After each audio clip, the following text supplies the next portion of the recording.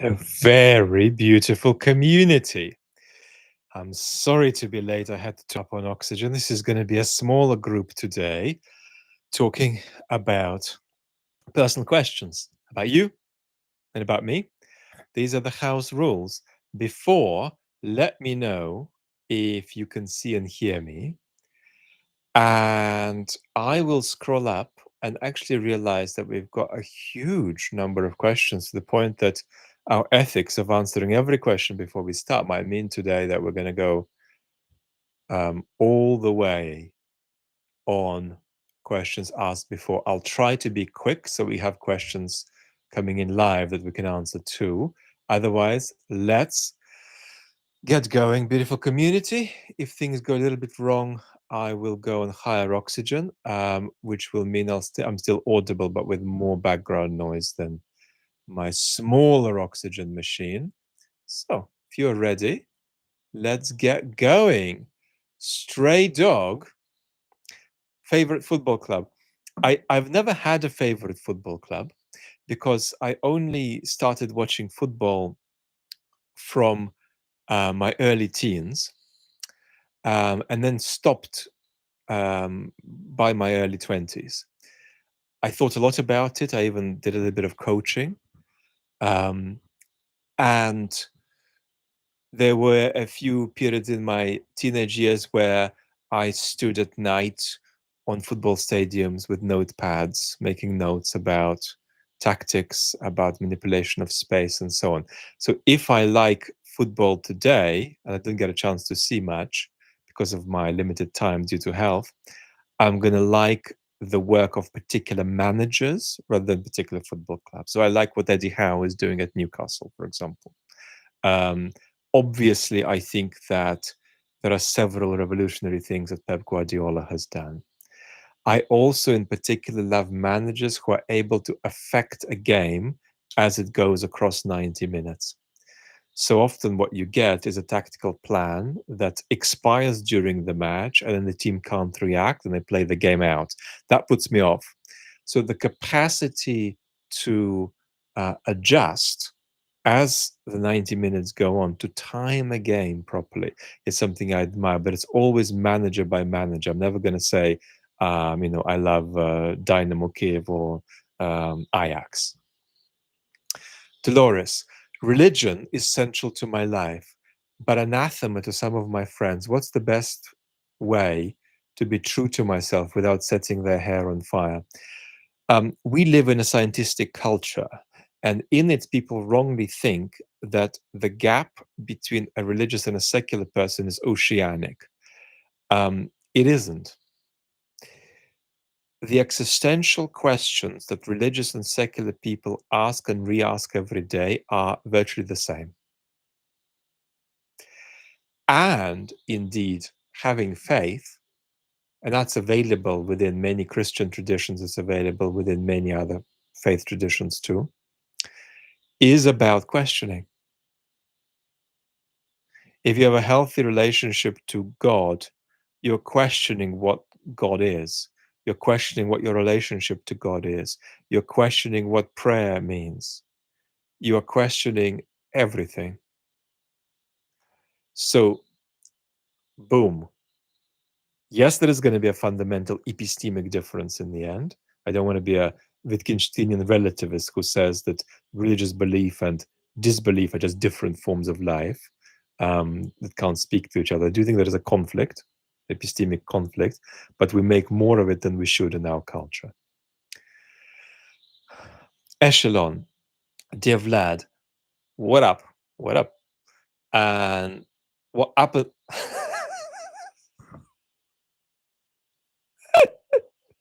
You're not saying what up. You're saying what up upcoming classical music talents are you keeping your eye on right now?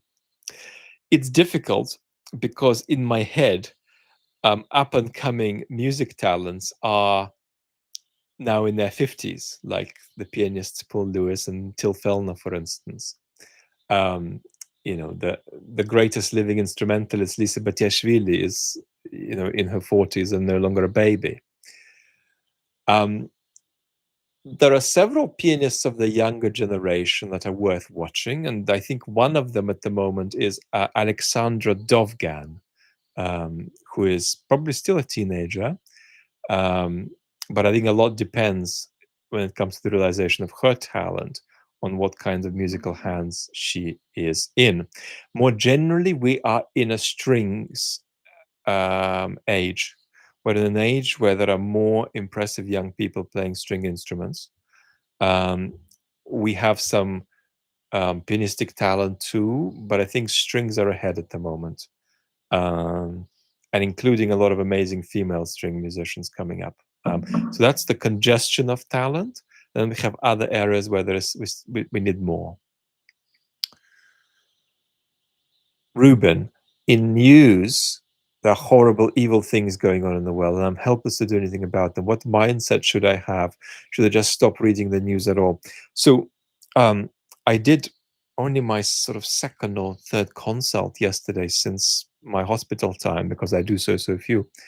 And what we talked about was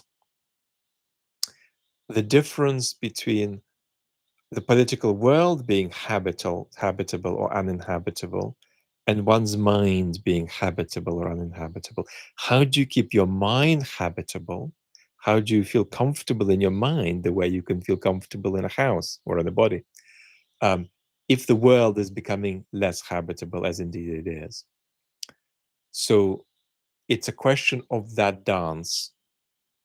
Um, the state of your mind shouldn't be completely independent of the state of the world, but it shouldn't be too closely dependent on the state of the world. It shouldn't be like this, right?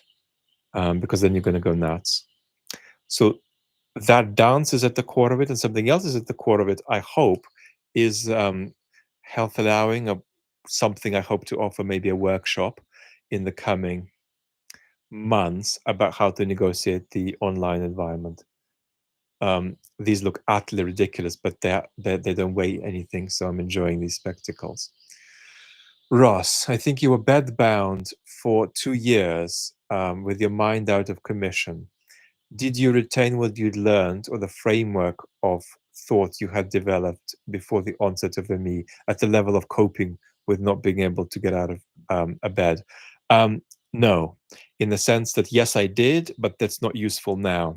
Because the reason I can't stand up now is not to do with my conventional ME story. It is specifically to do with post-COVID microvascular damage. And so right now, what happens if I try to stand up, even for a few seconds, my body just goes into shock. And it's very damaging for me to stand up, according to doctor's orders. So it's a different challenge, a different obstacle, and I'm finding this harder and more extreme. Andre, wishing you good health. How would you recommend to approach public commitments versus personal ones? For instance, the need for military mobilization. I presume you're asking from Ukraine or about Ukraine. Here is what I would say as a philosopher, or as a philosopher, as I once labeled my profession in my undergraduate first year when I fell off a balcony and climbed into the window. The people who were living under on the ground floor. And they lay under the table and asked me what I did. I said I was a philosopher. Um, so, as a philosopher, what you don't want is unhealthy compartmentalization, which our quasi neoliberal society encourages. That's to say, you think of yourself as a public figure with one hat and as a private figure in another, and the two don't speak. So, for instance, imagine if I am the CEO of a company and my company has appalling environmental impact, but in private with my family, I am pro climate, pro green, and so on. And the two don't speak. I'm hurting the environment in my public life. I'm trying to fix the environment in my private life. So, what you don't want to do is separate the public and the private completely. And come at the decision about, let's say, whether you want to fight for your country. That's about who you are, that encompasses everything across the board. So you have to do it with integrity. By integrity, I don't mean being a good person. I mean piecing things together, piecing all of you together, right? If you're a great poet and you're 24 years old and you need to, you need to avoid conscription because you're going to write the greatest poetry of the 21st century, right? That's a consideration. So, but the decision has to be integrated. And the political consequence of this is that if a country that's fighting a defensive war wants to appeal, this is too political, so we'll stop and get personal again. If a country wants to appeal to its citizens and get them to fight, it needs to appeal to all of them. It needs to appeal to the question of what meaning will fighting have in the context of their life as a whole.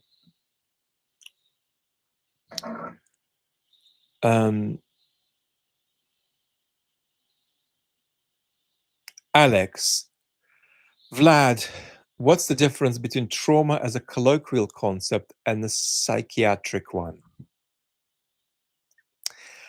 I don't think there needs to be a difference, except that one's got to be more fluid and more kind of robust and better being thrown around. The real difference is actually going to be between a clinical definition of trauma and a psychoanalytic definition of trauma. The psychoanalytic definition of trauma will be the truth about trauma, as I will see it.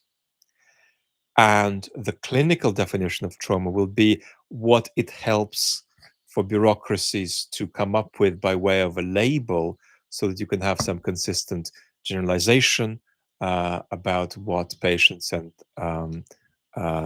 practitioners, therapists, clinicians do. So that's going to be where there is going to be the gap, right? The DSM will not be able to represent the psychoanalytic truth about trauma. It'll just have some weird shorthands. But as far as what trauma really is and how we talk about it, I think there should be continuity between that. I don't want the two to drift too, far apart.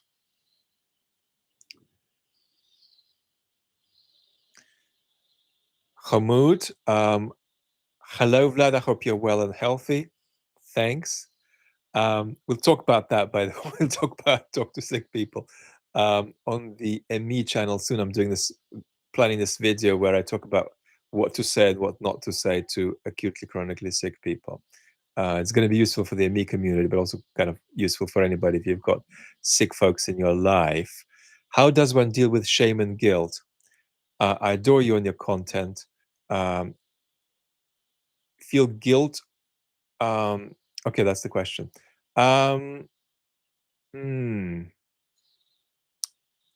It's a very important question. And you might even know, if you've watched too much of me, why I find the question difficult.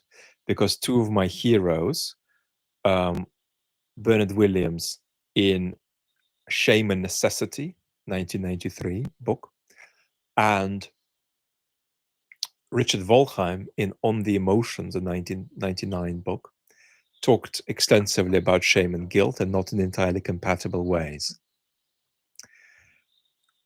We think of guilt as being about how one feels about something one's done. We think of shame as being about how one feels about what one is. Of course, what one is can be a product of what one's done.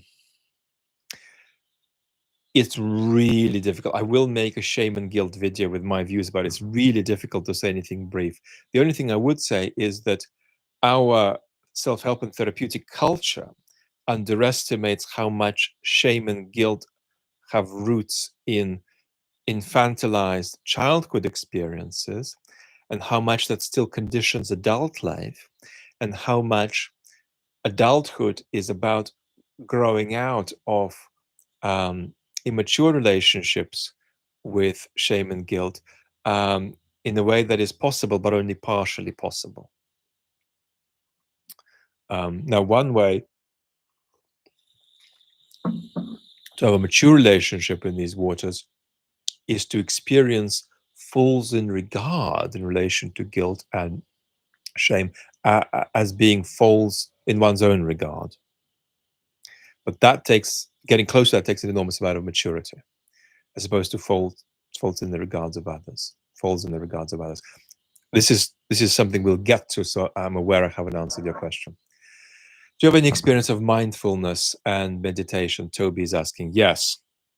By the way, guys, I'm not going to answer questions from you for the next 10 minutes until we do our special ritual of getting through everything that's left before we started, because it's just the beautifully ethical way we do this, honoring people who were there early.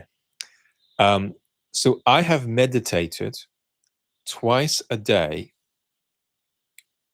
for over 20 years. I'm sorry about the balloons. Over 20 years. That's thousands upon thousands of times. So I, unlike a lot of self-help folks online, can actually make a video saying I've meditated 20,000 times and here's what I learned. I probably will do that. Here's the biggest thing I'll say about meditation, briefly. Meditation is not neutral. It's not just a tool. When you do it deeply enough, in particular in association with a particular tradition, and I do it really in a DIY way outside of a tradition, but you do it in a tradition, you do some Vipassana, let's say. Eventually, the meditation will begin to draw you into ways of relating to the world that clash with a scientific worldview. And you're going to have to negotiate that clash if you have a scientific worldview, as I do. But on the one hand, you can't give up a scientific worldview. On the other hand, you have to be responsive to what it is that you feel in certain states which you let go into. Somebody who's discussed this really well is the wonderful British author who lives in Italy, Tim Parks. And Tim Parks wrote a book called Teach Us to Sit Still.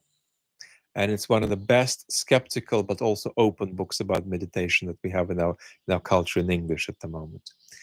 Do you enjoy pop and rock music? Is it too simplistic for your taste? Well, I think a lot of classical music just is pop music and can be enjoyed as that. I enjoy popular musicians who have extraordinary musical gifts, extraordinary musical values. So, for instance, Nina Simone had the capacity for rhythmic control that's superior to almost any famous classical musician you can name. So I enjoy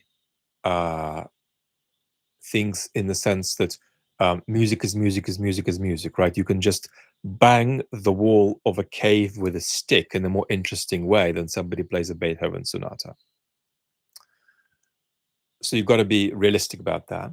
But then the other thing I would say is that I love to understand what we as a culture are consuming, which is why I don't do it recently because of health, but generally, I love to get a sample of what is sort of virally popular in the culture. I don't like fast food, for example. I don't like the massive burger chains, for example. But every few years, I used to go into them or order from them just to taste what people are eating. So I always need to taste what's out there in the culture, which is why I think a lot about, a figure like, I don't know, Britney Spears. So I don't think about cheap pop from the point of view of extracting musical value from it. I think about it sociologically. It's interesting. It also can be funky fun. And you shouldn't eliminate superficiality because superficiality is cool and amazing. So that's enough on that. Ivy, the great, how can I broaden my circle of experts I follow, especially if I'm not knowledgeable in a particular field? Great question. I am going to do a workshop that literally answers that question among other questions, because it is a very important question.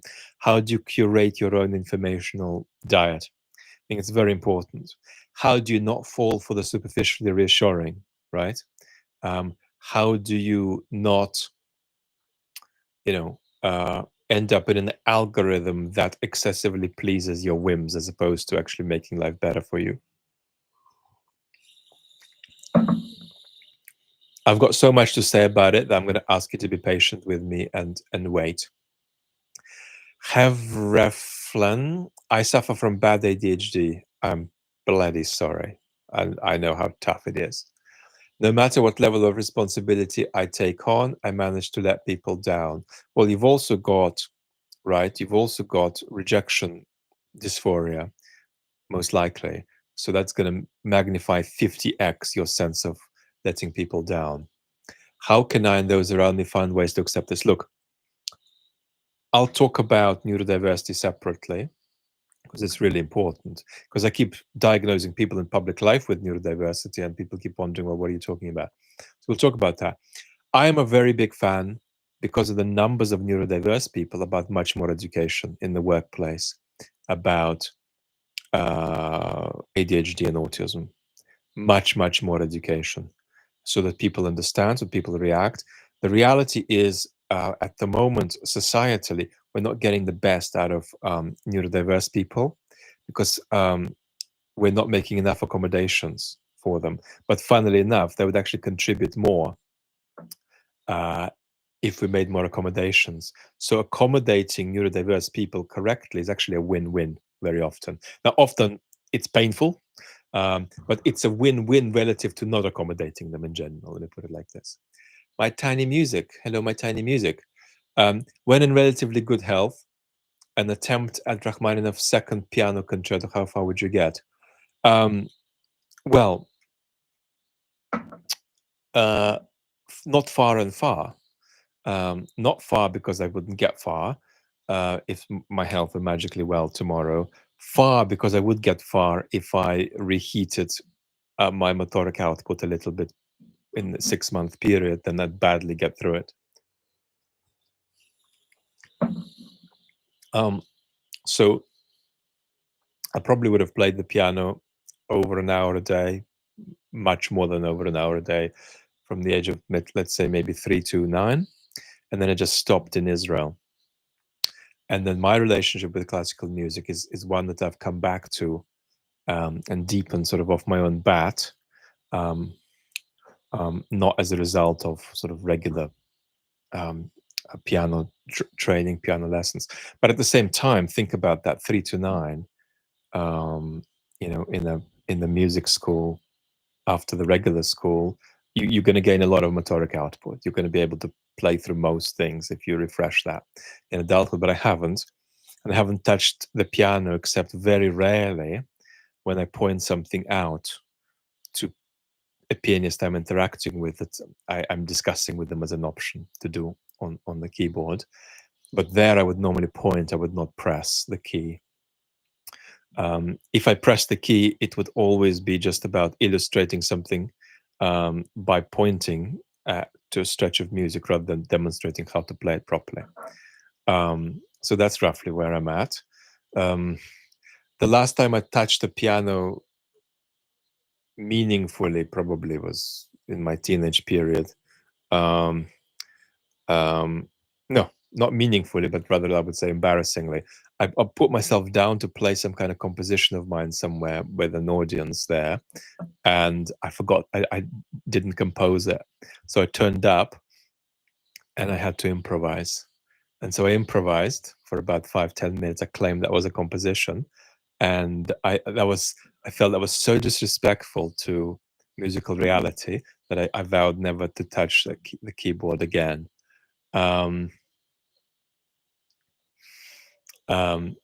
Especially because I got a positive reception for such a disgraceful behavior.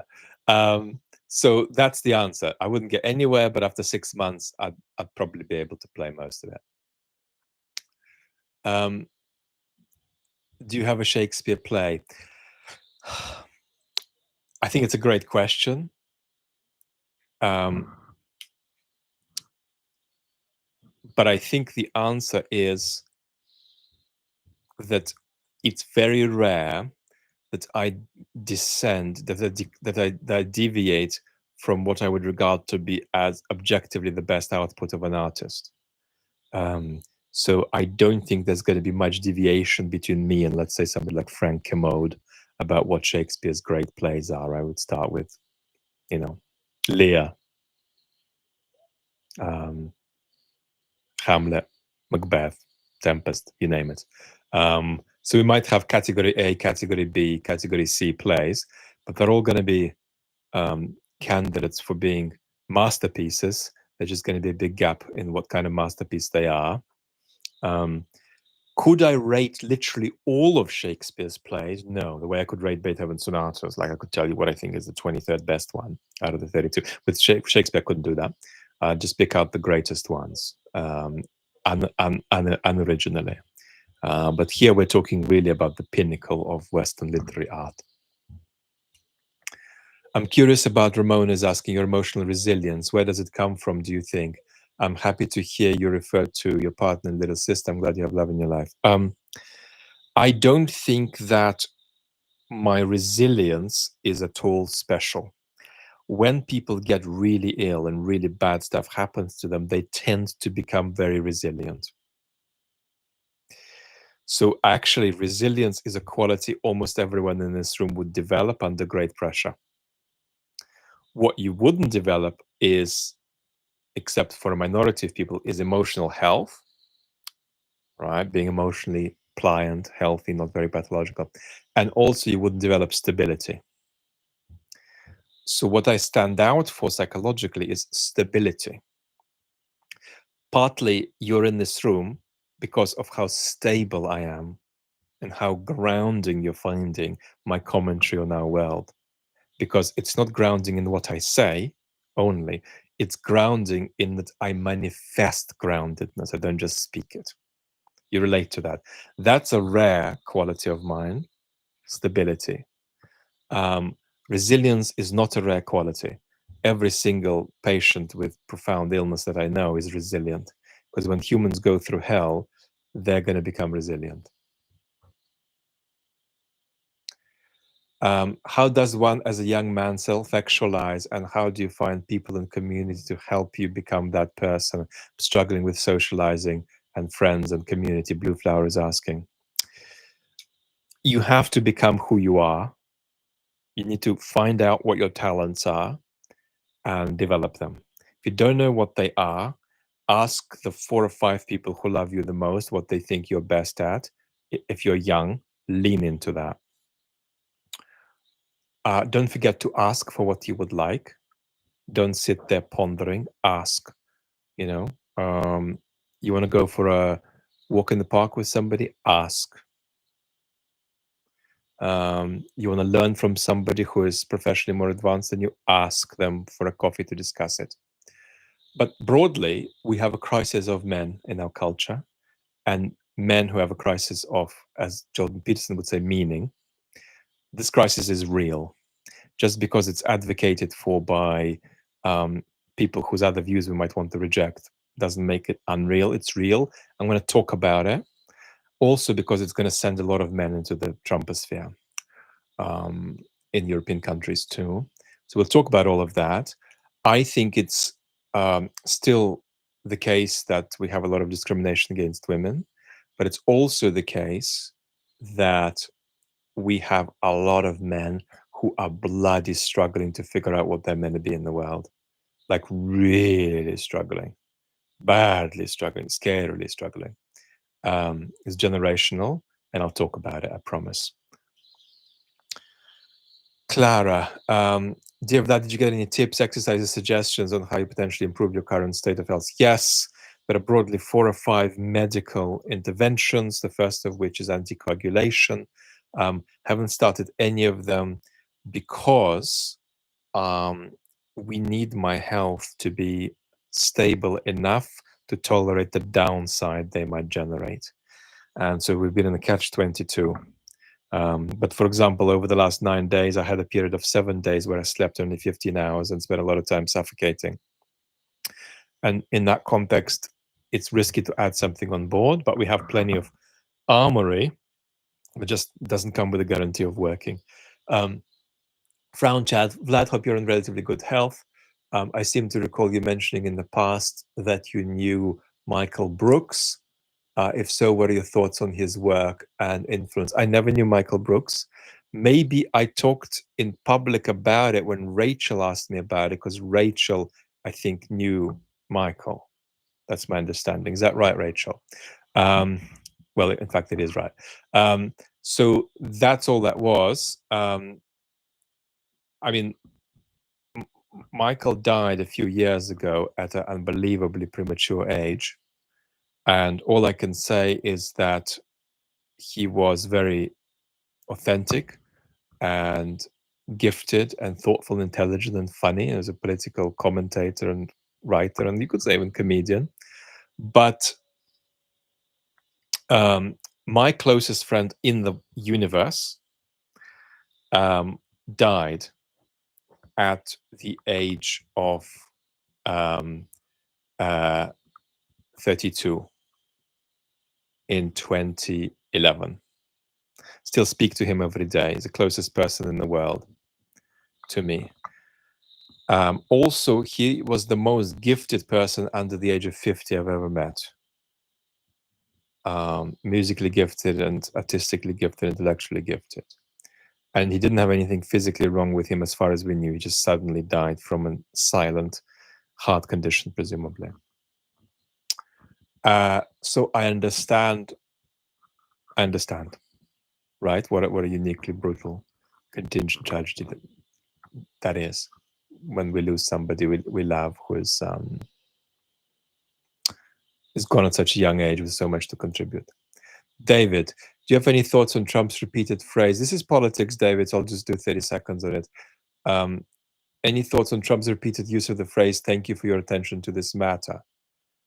Well, a translation of "thank you for your attention to this matter" is, I don't fully understand the issue, other people do, I'm going to outsource it to them. That's secondary. Primary is, I am a president who is on top of things, who knows the issues, and who delegates appropriately, and who gets people to get things done by clicking their fingers. So it's a kind of a narcissistic tick.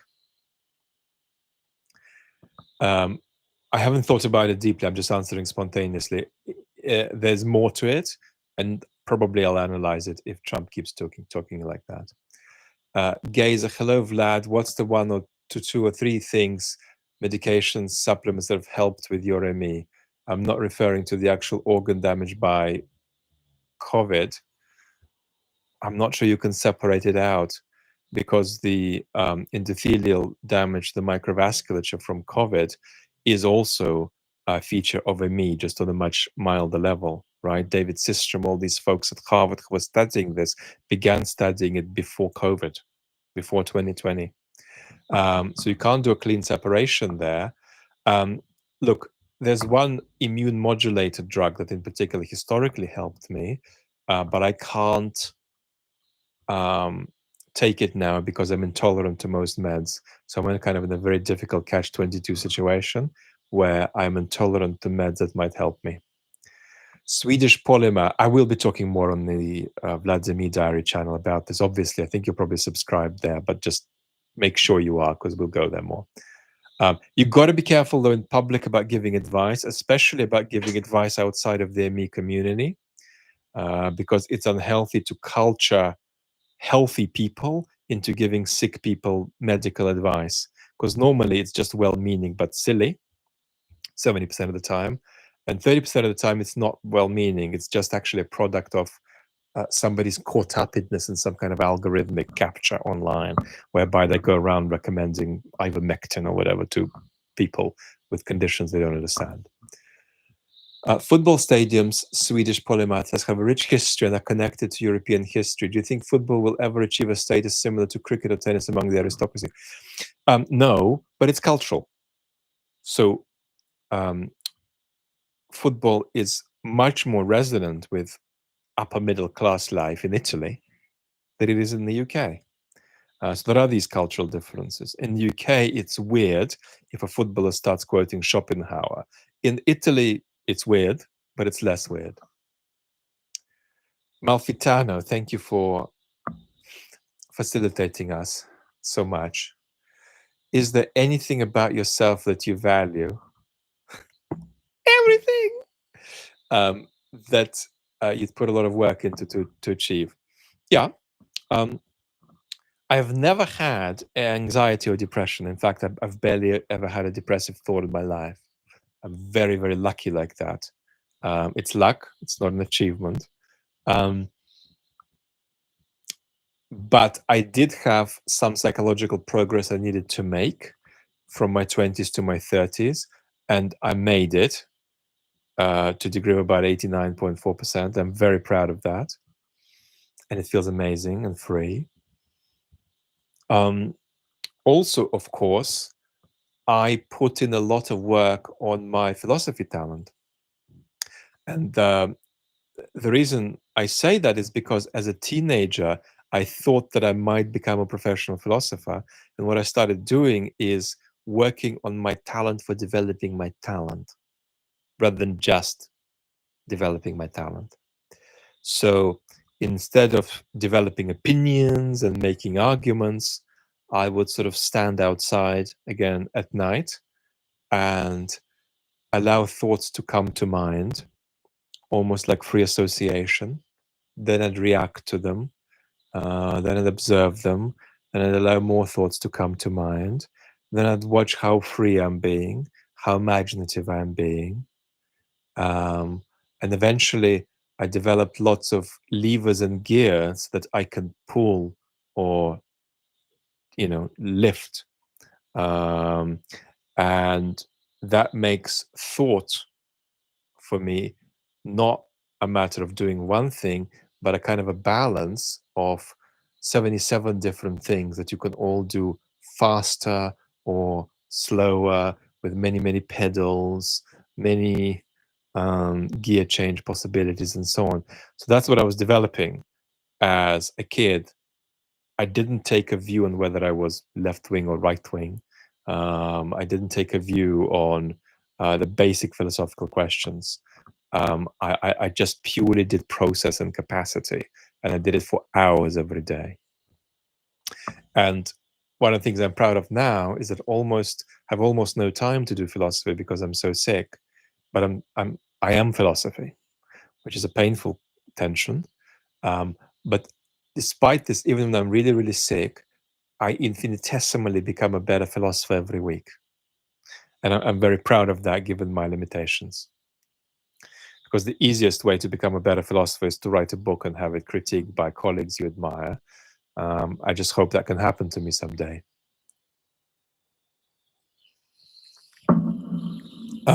Question from Hannah in Eretz Israel.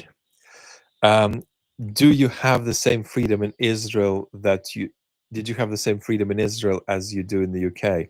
So I lived in Israel from 1990 till 1994, between the age of 9 and sort of nearly 13. I think that I had less freedom when I went to an ultra-Orthodox school where I had to pray for 2 hours, even though I wasn't religious. And that was an interesting experience. What I would say is that we tend to, so I'm going to speak here of freedom, not in the sense of censorship, but in the sense of the conventions of acceptable public opinion, the social constraints on speech. I think they've always been quite tight in Israel because Israel has thought of itself as being in existential peril. And actually, just before I went to hospital, almost 3 months ago, I received a beautiful message from Isaiah's editor and literary executive, the man who made Isaiah who he is, Henry Hardy, asking me to review and maybe look at the quality of some of Isaiah's publications in the Israeli press over the 20th century. And the first one I opened was about this very issue of the social constraints on speech in Israel. So I think that's important, right? That's a hypersensitive thing in Israel. I would also say that it's a mistake to think of Israelis, even secular Israeli teenagers, like kind of Mediterranean Americans. There's something else going on, a kind of precarity, which is often a kind of a sweet precarity that creates certain feelings of spirited nationalism. And that also, interestingly, plays a part into the incapacity of many, maybe most, but certainly not all Israelis, to empathize with what they've done in Gaza. There's a kind of an almost spectacular detachment from reality that this cozy sense of self-directed precarity generates in Israelis. So I think there is a psychological difference there, which means that there's almost a certain kind of religious, if not cultish, quality that it's in Israelis psychically that you're not going to find in other Westerners, even though they might be chewing gum, wearing the same clothes, and hanging out drinking beer in Tel Aviv on the in this cafe that looks identical to what you might encounter in Italy. So I think that there's lots of special things to say about Israel historically and psychologically. What I would say, though, is that I felt very free because I came out of the Soviet Union, where I also felt fairly free, to be honest, because the thing was collapsing and you were free to say what you wanted. Fascinating question. We'll talk more about it. I'm planning an Israel Middle East Gaza update. The reason I haven't done it is because I think we'd need to speak for an hour, and doing an hour live is easier than doing an off the cuff speech for an hour.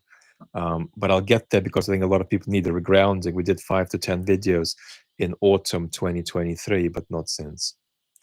What type of therapies are your team considering? Anticoagulation first, but then 2 or 3 other things. Haven't started any of them. I am doing some treatment, however, but it's stuff that's of more delimited impact.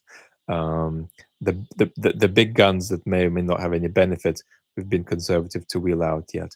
Ole is asking, which musical instruments do I play? The answer is either none or piano.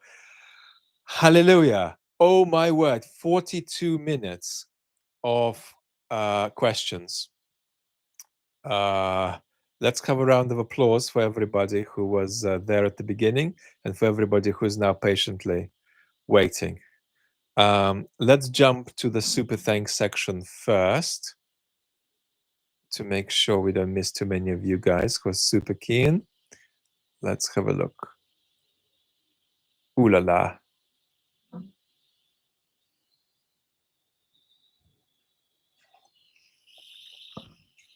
Ricardo, Pula, John, I've got brain fog, so I've forgotten what we were talking about.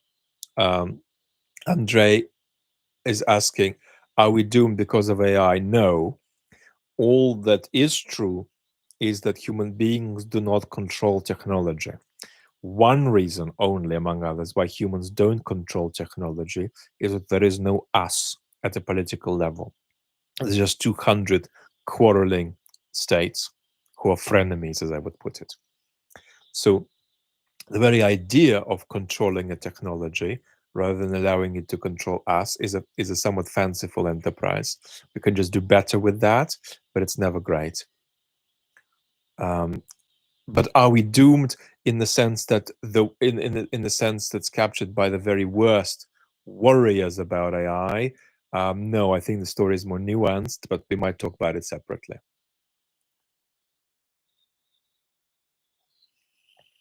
Drinking espresso says, I have very bad ADHD. The other viewer is not alone. Heart.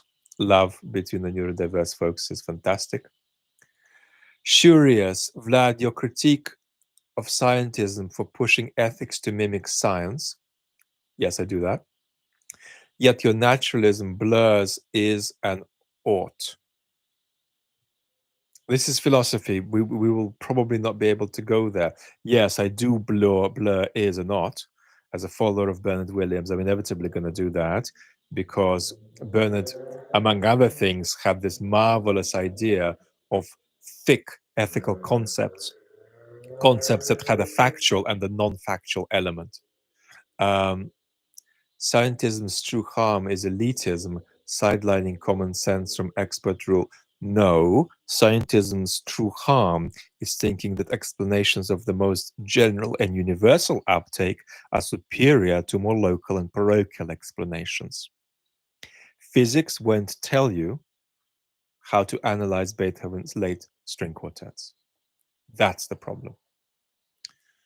Oh my word, so embarrassing. Haven't seen Star Wars, since childhood, so I cannot say what Star Wars film is my favorite. Do you take a lot of inspiration from Nietzsche? Well, the public philosopher and broadcaster Brian McGee once told me that about many of whose videos you can see on YouTube. Actually, highly recommend them.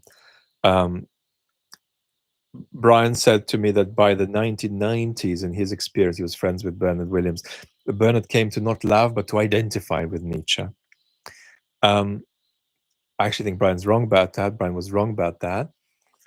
But you can begin to see what he meant because Bernard's concerns aligned with many of Nietzsche's concerns so deeply, even though Bernard's particular views were different to Nietzsche's. So I take a lot from Nietzsche. But it's also simply the case that I think he's the greatest moral philosopher of the past century and a half plus, even if you hate him. So he can't be avoided. Do you think humans must experience pain in order to improve? Roughly speaking, Jason, no. It's very important to understand that you can discover yourself through pain. You can lose yourself through pain. The latter is more typical. Generally, people who struggle in life behave less well than people who struggle less, including less well toward themselves. I mean, look at me. I'd be improving 1,000-fold faster as a philosopher if I wasn't sick. So the answer is yes and no, with the no outweighing the yes on the question of whether humans improve and experience pain.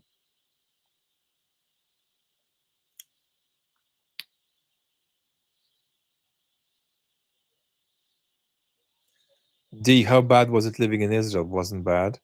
I liked it. Any positives other than the portion size? Why did you leave? Lastly, do you speak Hebrew? I would say that I don't speak Hebrew, but I would also say that when I came to the UK, my preferred language was Hebrew, not Russian. So when I came to the UK, my little sister was about 5, and I was about 13. And between us, we actually spoke Hebrew, not Russian. So Hebrew was my first language in the sense of preferred language for a few years of my life, the last year or two in Israel and the first year in the UK. Then I stopped speaking it and I haven't practiced. So now I can't. Now it's a debate how far it's latently still present. The overall picture about the Israeli migration is that most people who moved for economic reasons from the Soviet Union to Israel. It was an experiment dressed up as an experiment in blood and belonging. In practice, it was an experiment of running away from a situation where you can't buy basic produce in the shop. There's a lot more to say about this, There's a video on my channel, the main channel, called "Why I Left the USSR" or "Why I Won't Go Back to the USSR," something like that, where I talk about this a little bit more. Um, there's much to say, but um, I think we'll leave it on that for now. Um, as a 17-year-old, Alexander says, um, looking at all the girls on Instagram and always bragging about cheating, it's extremely frustrating and nullifies my motivation to date. Um, Alexander, first of all, you're a baby. You're 17. So let me address you in your cot. Instagram is not real life. Real life is real life. Instagram is not real life. Real life is real life.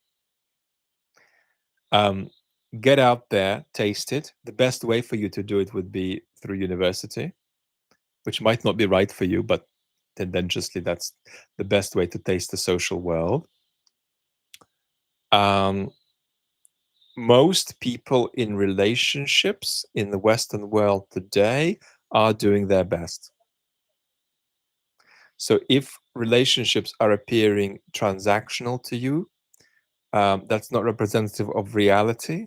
When people grow up a bit, still in the West, most human beings try their best in relationships. There's a lot of destructive behavior in relationships, of course. Many relationships are very flawed. Most relationships are a bit flawed. But humans are way closer to being at their best in romantic relationships than they are in politics, for instance. So I don't recommend a pessimistic picture. It's going to be easy for you to find somebody who wants to give their best and who wants to grow in the relationship. It's just that partnering might not be as easy as that because you may have other expectations on top of that. But if that's your own expectation, you're not going to have a problem. You're not going to have a problem. Most people do their best in relationships. So most people in this room, 418 of us, doing their best in a personal relationship, and they're trying to make the other person happy, often in a spectacularly counterproductive and ridiculous way, but that's the intent. What do you think of early Soviet montage films? Daniel is asking. I rate some of them. But my knowledge of film gets more geeky and sort of more in depth when it comes to after the Second World War. So I have more to say about that period systematically. There's a lot of, work by Bergman that I know inside out that I've rewatched. Funnily enough, a lot of Werner Herzog stuff too. I was introduced a film of Herzog's once at a cinema event. So I have also a lot of knowledge of Tarkovsky films, and a lot of knowledge of the Buñuel films, the greatest surrealist artist, interestingly, Luis Buñuel.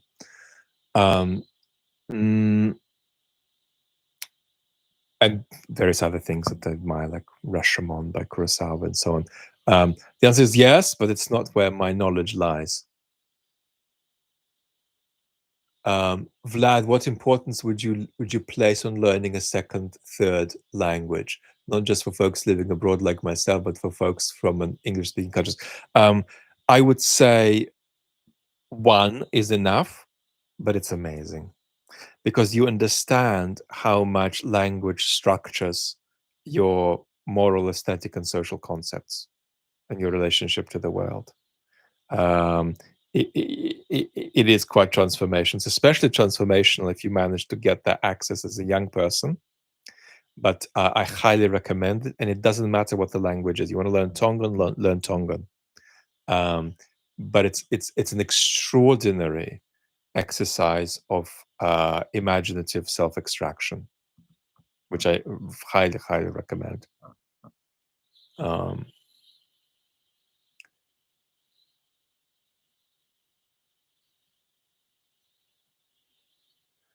Jason, have you been in a long-term romantic committed relationship with another specific human?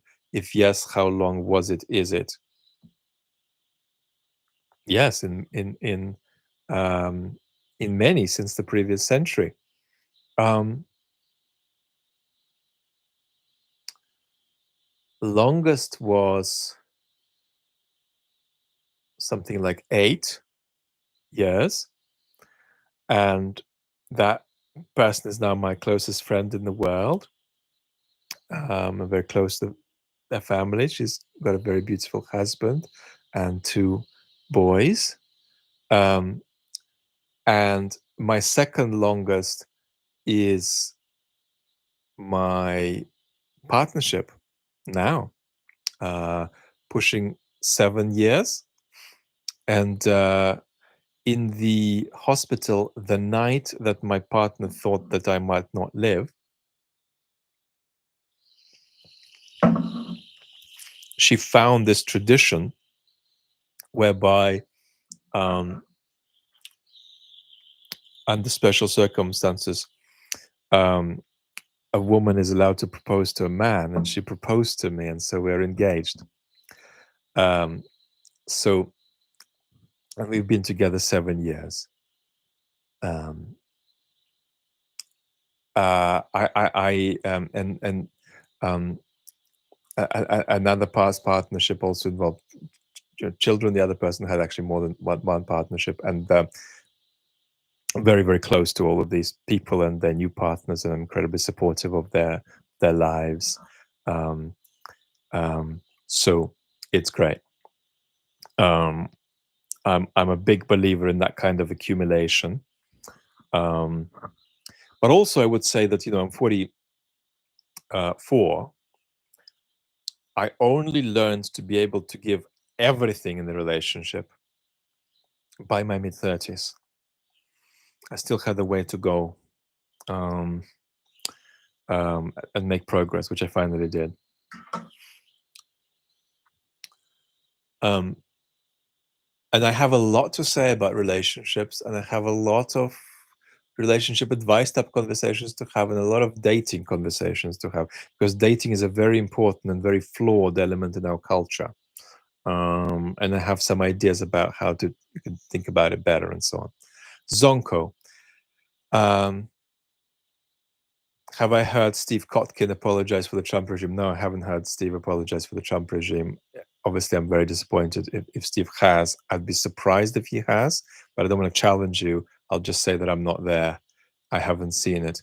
How often do you see your parents and sister? Well, I see my sister at the moment every day, but my sister lives in Portugal, and she is a wine professional.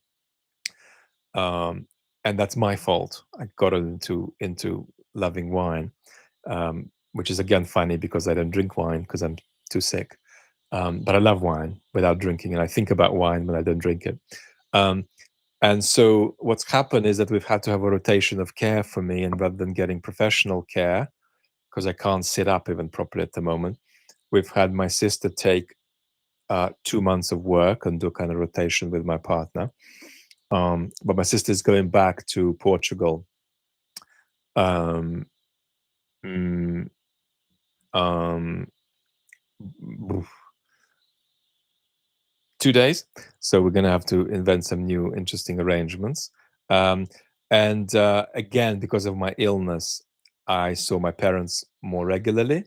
I typically see my parents a few times a year, um, and they're also between the UK and the EU. Let's have a look where we are.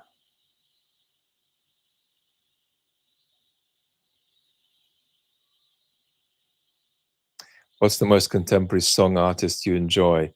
You're clearly not asking about classical music, and therefore the answer must be I don't know, because I passionately follow some contemporary composers, but I don't think that's what you're asking me about.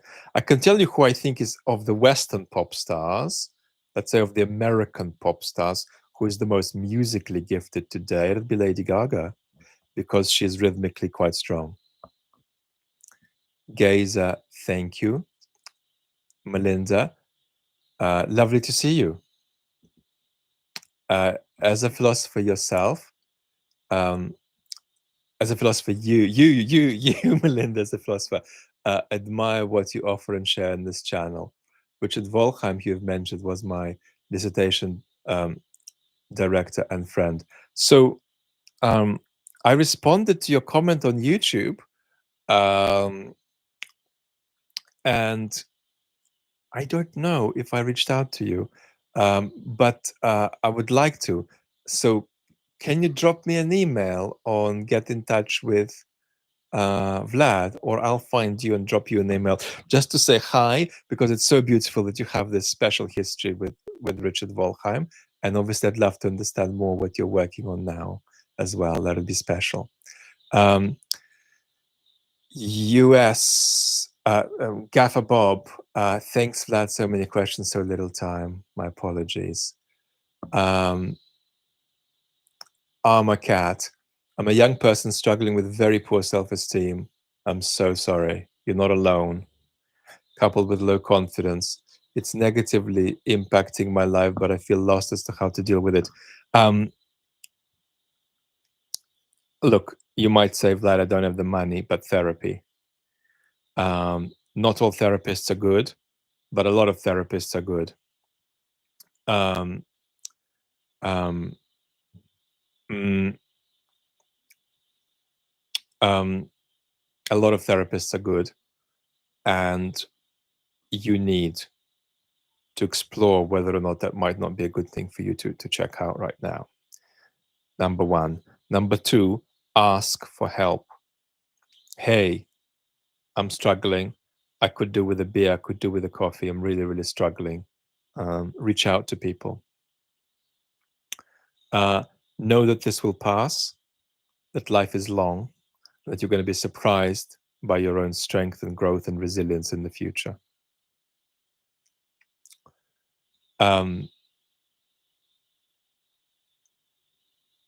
Try to be gentle on the part of you that wants to be violent with the part of you that's low in confidence. And try to have faith that you can get to a place that might seem unrealistic or unreachable right now. Jason, thank you so much. It's wonderful to receive your congratulations for my engagement. It's been an interesting story, because the truth is I haven't spoken about this in public. Very suddenly, about 2.5 years ago, my partner got seriously sick, which was ridiculous because she was the healthy one and my carer. She's a lot better, but she's still got significant health challenges, having been healthy before. And I remember chats 2 years ago where my partner was absolutely shockingly sick, when I was just being present with you, looking at the screen, but my eyes were glazed over because I was in shock about what was happening to her.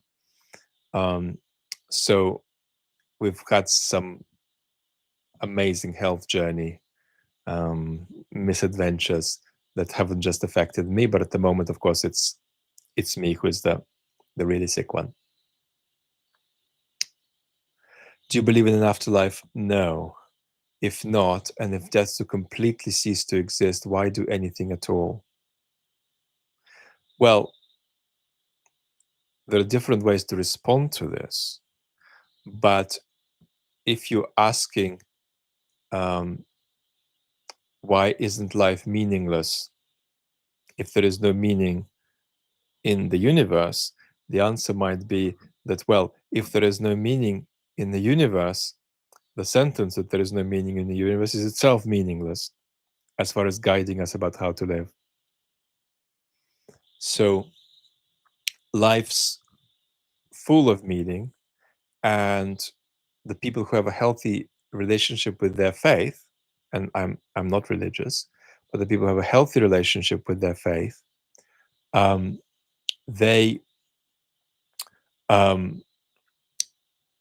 tend to not lean on the afterlife as a prop, but tend to explore what on earth the question of the afterlife might mean. So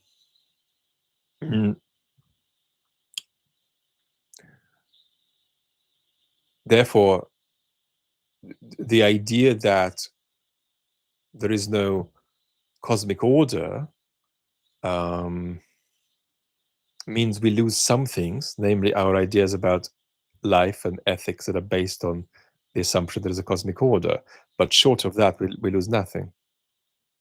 I do recognize that it's a very big transition historically, that in the modern world, there is this predilection to not relate to the world as though there's cosmic meaning in it. And that's a product of our reflectiveness. But I certainly don't think that has much consequence for the ethical ideas we need. Let me put it like this then. This is the final answer.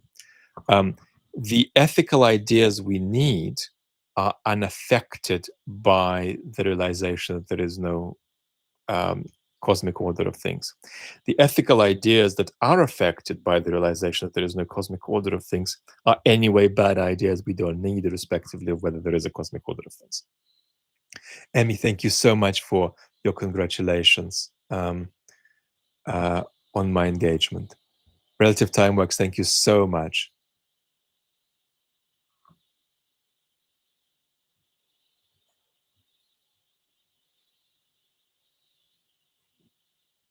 Relative Time Work says that it's good to give everything in the relationship without losing yourself.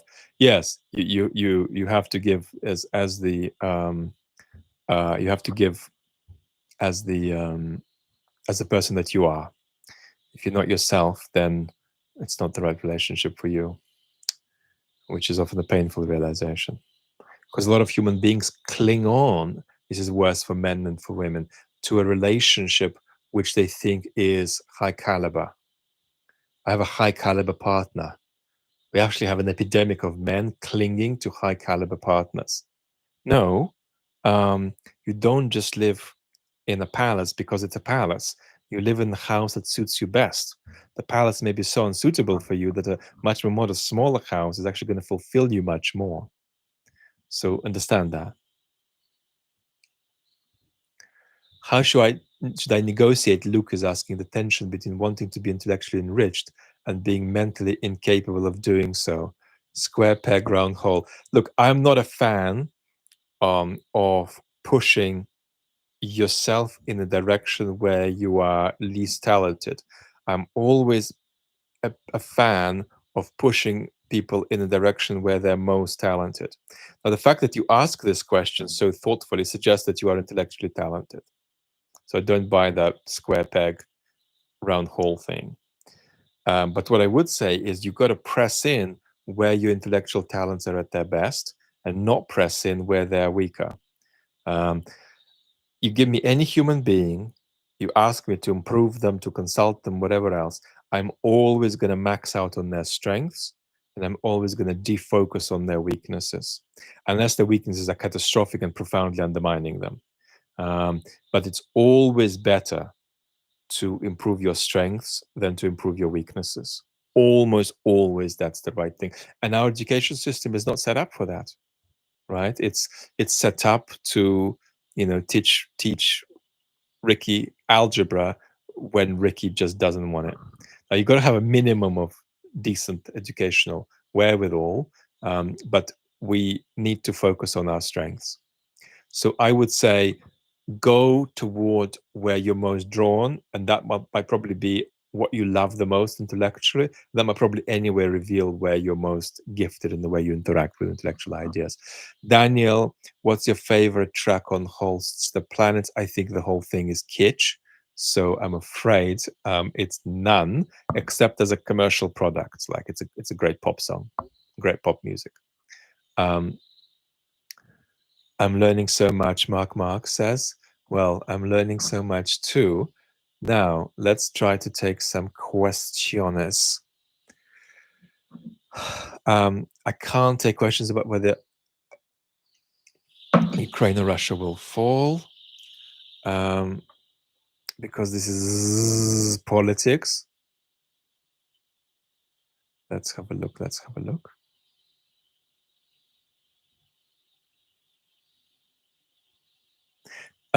Dog Poop is asking, do you know a bloke called Ricky? No, I do not know anybody called Ricky, and I have never known anybody called Ricky. Elsie, and how do you get your clarity? I have clarity about what I have clarity about. I don't have clarity about many things. I mean, I am a sort of professional philosopher. I have only a schematic opinion on 99.9% of philosophical issues. I only have a developed opinion on a very small number of philosophical issues in moral philosophy, moral psychology, and political philosophy. So even in philosophy, I'm not clear. How am I clear about who I am? Perhaps is a different question. There I am clear. How am I clear about my talents and my lack of talents, and how do I weigh the two? I'm clear about that. In a way, everything I do is about this question of when it comes to my relationship with philosophy, the talent for developing my talent. And I know how to do that, but also know what I'm working with, right? I know how far, below I am, imaginatively, intellectually, a great philosopher like Nietzsche, who I might be engaging with. Um, but I also know how far above I am most professional philosophers. So we need to have a realistic view of oneself that doesn't exaggerate one's abilities. So that's very, very important. What's tricky here is that the ability to judge a philosophical talent isn't separable from having philosophical talent. So that's always a difficult catch-22, where there's a kind of a Dunning-Kruger risk always in place. Another element of my clarity is the pain of doing philosophy. Philosophy is painful. Philosophy is stressful because you've got to be able to wake up tomorrow and let go something you're very passionately committed to, an idea, a way of thinking. You've got to be ready to be very engaged with something, but also let it go. And that's so demanding that actually the demands of life in some ways are easier. In some ways they're not, because illness is so incredibly hard. But I would say that the ease with which I deal with what's hard about philosophy is one of the sources of my stability and clarity. Have I traveled to Canada? No, not recently. I spent 2 weeks in Canada in '99, and I spent 2 weeks in Canada in 2000. So I've been to Ottawa, Montreal, Toronto. Haven't been to the West Coast.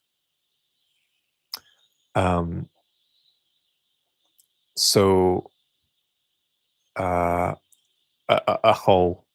But another huge hole for me is the United States. I don't know the United States very well at all. I visited when health has allowed years back quite a bit, but there's so many parts of the United States I've never been to. So it would be one of the things I would absolutely love to do if somebody waved the magic wand and gave me this opportunity to travel. Whereas at the moment I can't even travel to the bathroom on my own 2 feet.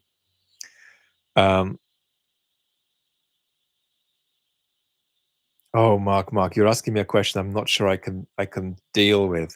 As a philosopher, do you have any advice or requests for engineers designing and building systems, software, and otherwise? I think I might be out of my depth here, and I really apologize.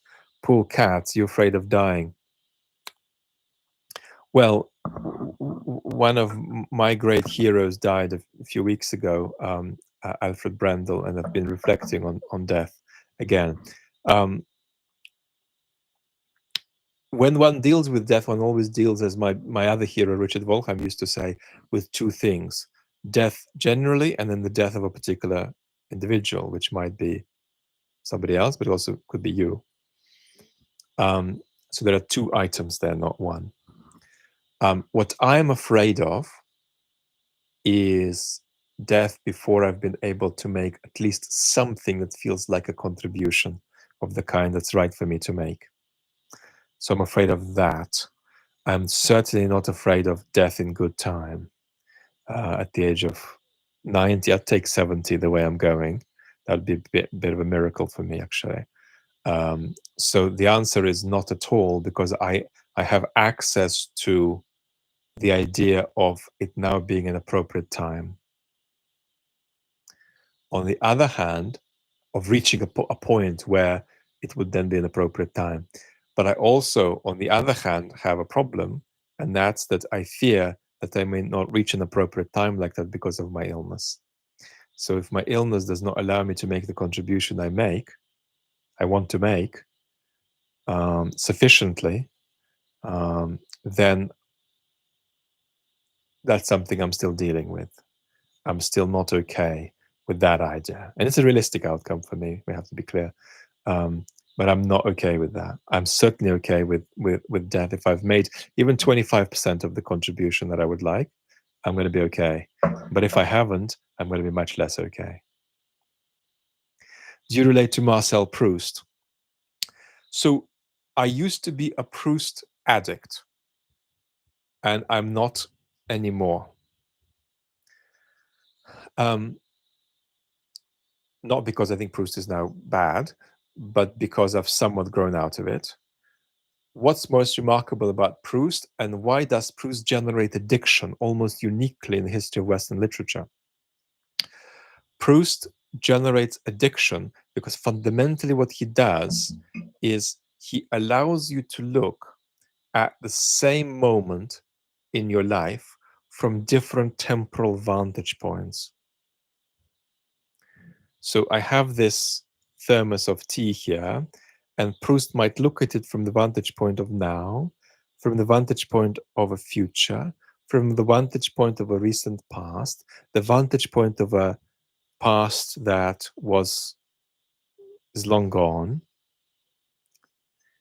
That might in turn remind him of a taste of a liquid in a cup when he was a child, which might remind him of the smell of a train station. On we go. So there's this kind of carousel of ever deepening temporal vantage point perspective that makes Proust extraordinarily addictive. And I have the outlines of an essay, of a piece on the nature of Proust addiction. So I might bring that out into the world at some point.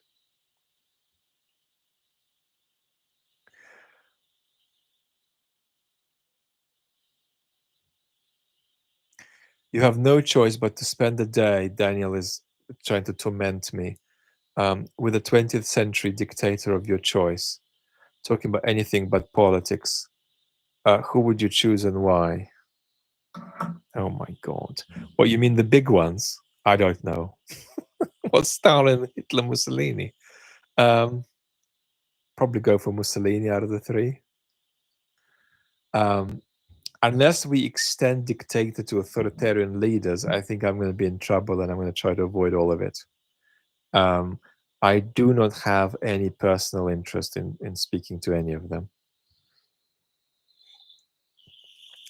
Partly because practitioners are, not necessarily, even evil practitioners are not necessarily that good at describing what's interesting about the field of their practice. So I'm not going to learn much from politics, about politics, by talking to Stalin, I'm afraid.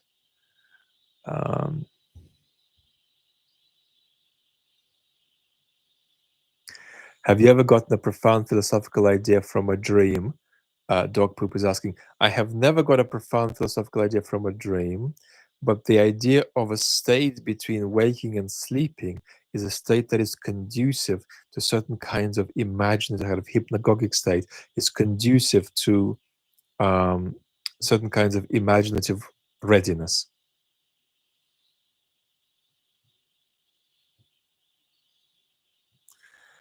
Hussein is asking, hello, Vlad. If there is no afterlife and death is ceasing to exist, or death is not an event in life, as Wittgenstein would say, why care about whether you made your contribution?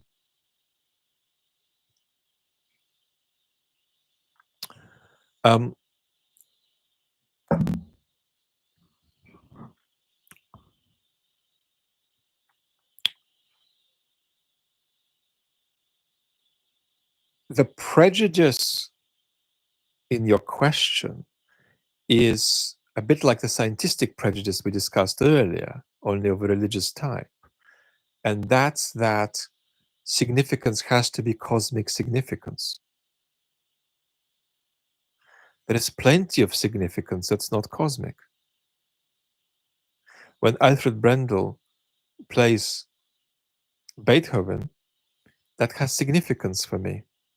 There's nothing cosmic there because it's written by a man, played by another man, heard by a third man.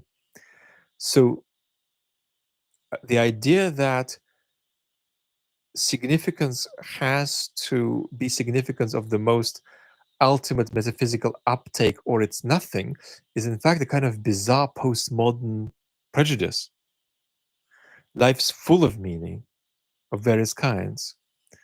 And one of the most meaningful things for human beings is to develop their talent across the span of a lifetime. It's not inconceivable to imagine what kind of way the absence of a cosmic order might obstruct that extraordinary acquisition of meaning across a life that's available to every human being. So there is a kind of a bizarre postmodern prejudice where you think that either you have to climb the highest metaphysical hill when it comes to significance, or nothing has any meaning at all. That's a childish idea, obviously.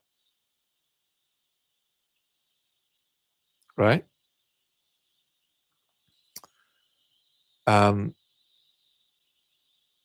And the trouble is that it's not just that you can begin to intellectually comprehend what I'm saying, but that you yourself don't believe what you are saying. You can't possibly believe that there is no meaning in your life if we take away a cosmic order. You don't believe that. You don't believe that your relationship with your, you know, children or parents or siblings becomes meaningless. You don't believe that questions about how fulfilled you are at work become meaningless. You don't believe that your relationship with nature becomes meaningless, etc.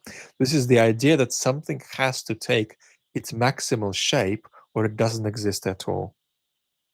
And as Aristotle said, a thing is no more white if it is white for a day than if it is white for eternity. He says that in the Nicomachean Ethics when discussing Plato's form of the good. Ms. Demos, thank you for your well wishes. Well wishes right back at you. Paul Gallagher, thank you so much. Vlad, you recommended Radical Hope. I found it insightful. It helped to relate me to new challenging times. Any more good recommendations? Um,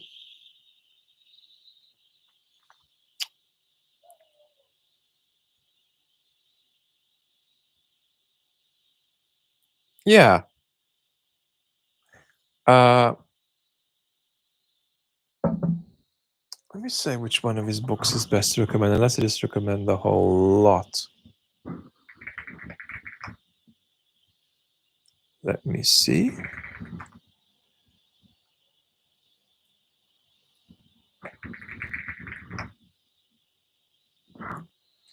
I'll just recommend the whole lot. Adam Phillips. Adam Phillips, the psychoanalytic writer who writes short, easily accessible books. Folks, read Adam Phillips. He's also one of the best essayists alive in English, anyway. Read, read, read, read, as Werner would say. Outrageous Otis, hey, I was thinking about you, and here you are. Good to see you, Outrageous Otis. Let's get through to an hour and a half. Marcus says meditation changed my world and perspective entirely. A psychic shift, if you will. Yeah, I'd love to take some time to discuss this with all of us. The way meditation is more than just a tool. Also, because a lot of people who talk about meditation are somewhat heebie-jeebie people. And to have somebody like me talk about meditation in public is actually quite constructive because I'm not going to peddle any bullshit.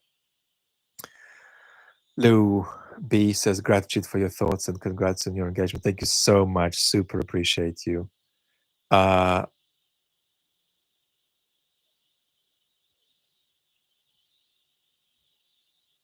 Is it all right to repeat a question, Calamaron? Yes, of course. Pound the comment section. Unfortunately, at the moment, even with a slightly smaller group today, I'm still not getting to most questions. How do you square Invisible Paw says the yearn for self-realization and sacrifice for the public good when the latter is not a form of self-realization itself? You don't do it. You find a form of public contribution that helps you realize who you are on the whole. That's what you do.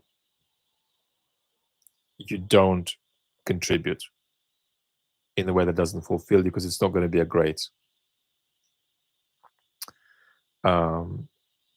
contribution. So I try to sort of evade that predicament if you possibly can. You might say, well, hey, Vlad, I'm a teacher in a crappy state school. I don't want to be a teacher anymore. I hate my job, but I'm really good at it and I feel a responsibility to do it. I would still say, find a way to do that while being fulfilled by it, or find a way to do something else that fulfills you. Do not try to give in the way that doesn't fulfill you. I mean, I'm giving right now, right?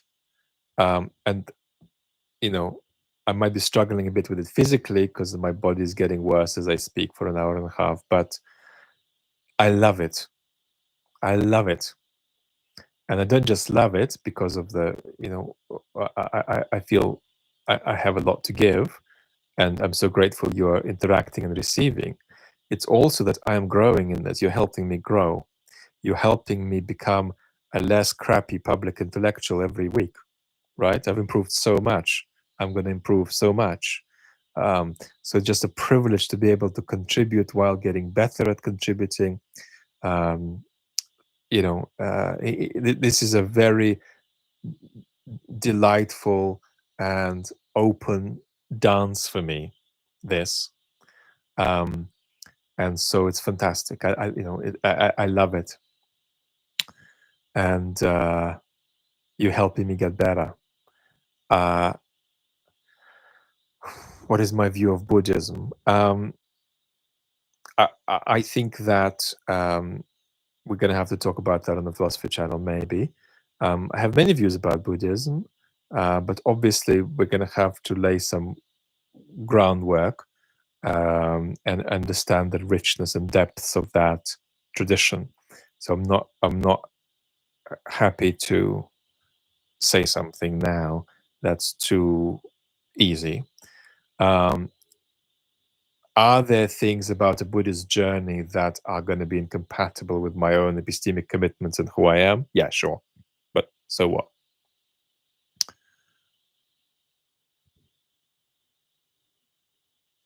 Where are you on the meta-ethical spectrum if you're not a moral realist? Are you a moral naturalist?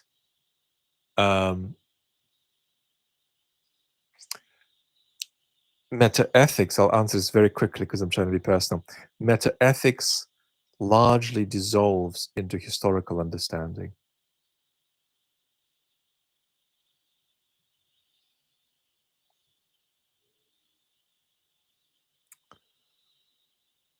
When we ask questions like, where does the concept of freedom come from? For example, take a political concept.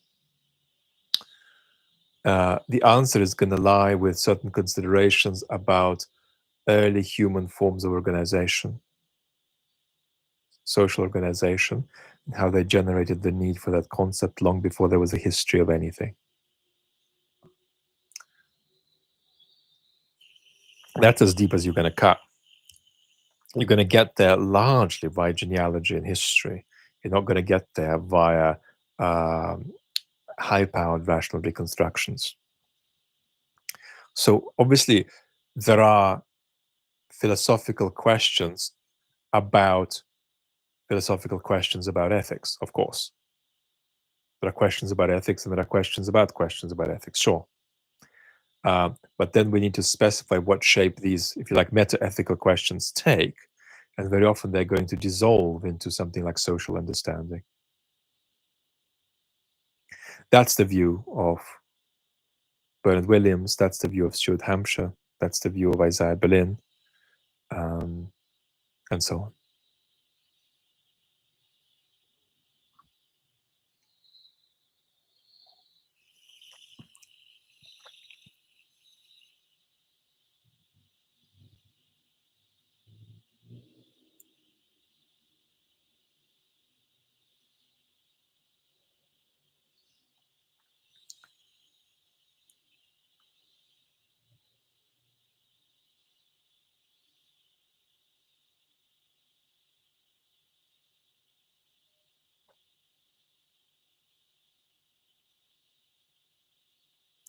Kristen is saying, I help animals. I find along in my life. That's what I do to contribute, which makes me feel not so hateful of myself. Animals are therapy, even the angry, snapping turtle that I had to remove from the road. Emmy, I wonder, Vlad, if you place a lot of importance on the human need to play. Amazing. Thank you. I do. Should it be something that is enshrined as a positive right that governments can encourage and provide? At a stretch, yes, but not very directly. So I would say that play is very important, not just for children, but also in adulthood. And that play is not an escape from life, but actually a way of distilling a deeper relationship with the deepest elements of life. And the same goes for humor.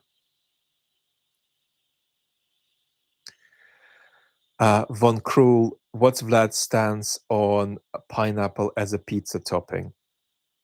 I think that I don't want to say that there can't be a chef who somehow gets away with it, but broadly, it's a moral crime.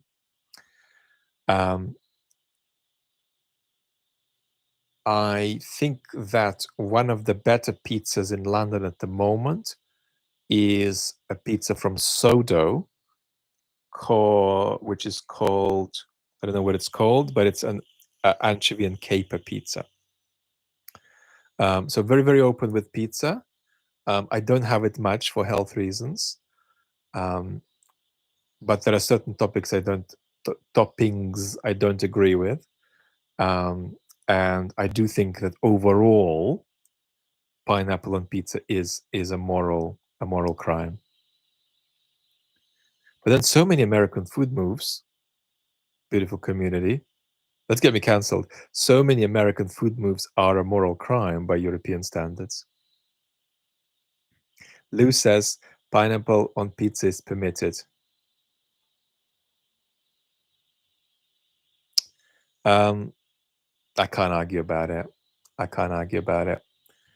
The worst pizzas I've ever had were in Tonga, and they were made with canned cheese from New Zealand that made you choke. No, mac and cheese is not a moral crime, Mukid. Mac and cheese is a dish that Thomas Keller, the great American chef, still keeps going in his main restaurant. So there's a lot of stuff to say in favor of mac and cheese at different levels of sophistication. What I am on pizza is I am also an anti-pizza red wine guy. I do not believe pizza goes remotely well with red wine. So pizza and Chianti is a moral crime. Pizza for me is almost always, as I said, I don't drink wine at the moment, but it is almost always a white wine matter. Yeah, Jason, but you go to Tonga for a year and like you eat deeply fried yams, then you might be open to canned cheese, unless you're a vegan. And we love vegans, and there are very strong climate reasons to be a vegan. And I would be much more of a vegan than I am if I wasn't sick, actually. Pizza and beer is even better than pizza and white wine, I believe.